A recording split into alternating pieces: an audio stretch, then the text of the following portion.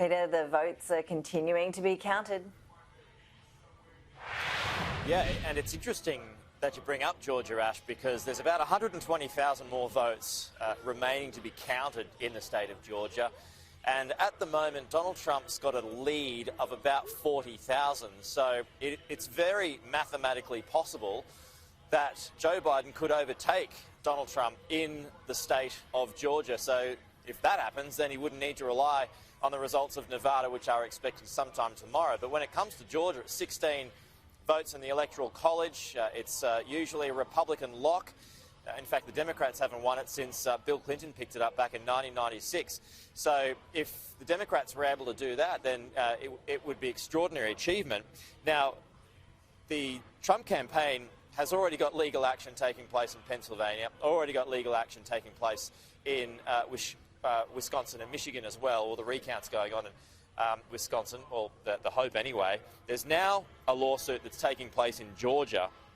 And there's a statement that's come from the Trump campaign which alleges that a Republican poll observer in Georgia witnessed 53 late absentee ballots illegally added to a stack of on-time absentee ballots in Chatham County. So that is the latest legal avenue that the Trump campaign is taking. So there's legal options just about all over the shop at the moment. We did hear from a county official in the state of Georgia a short time ago to talk about the count today, and this is what they had to say. We expect this to go probably until midnight or more. We've scanned 113,130 as of moments ago. We've adjudicated 106,000 plus of those. The 106,000, those have already been published. So we'll continue to watch Georgia very closely. The other two states over on the East Coast, North Carolina and Pennsylvania, Donald Trump's margin is also thinning, but with most of the vote counted there already, it looks like he may be able to hold on to those. I say may, that's the strong word there because things are rapidly changing all the time. But as for Nevada, before Georgia sort of started coming into play, Nevada was probably Joe Biden's best option to pick up those final 6 votes in the Electoral College. That's what Nevada's worth. But he's only got a lead of about 8,000 votes. There's still 25% of the vote that's still to be counted in Nevada. So certainly it's not a lock there, but the results aren't expected in Nevada until tomorrow.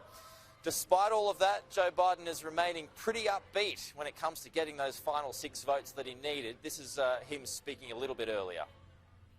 My fellow Americans yesterday once again proved that democracy is the heartbeat of this nation, just as it has been the heartbeat of this nation for 2 centuries.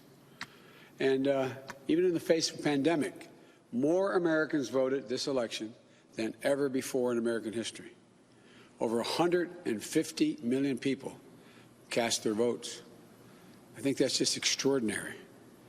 And if we had any doubts, we shouldn't have any longer about a government of, by, and for the people. It's very much alive in America.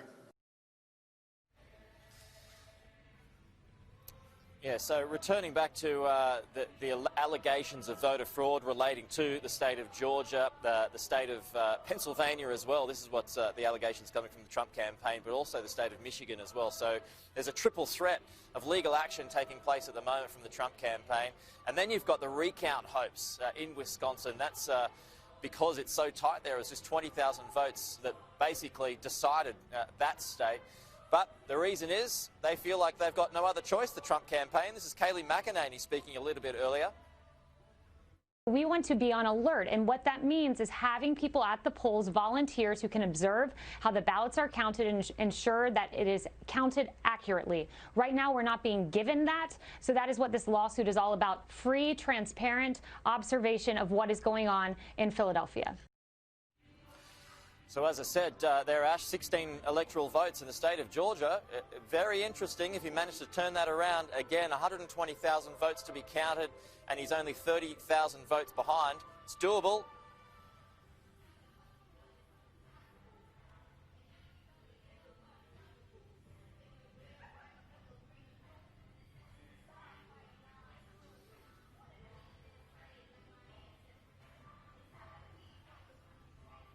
I got audio.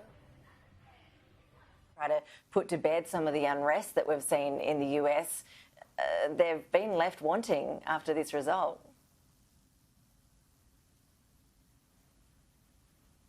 Can you just repeat that question for me? We've just...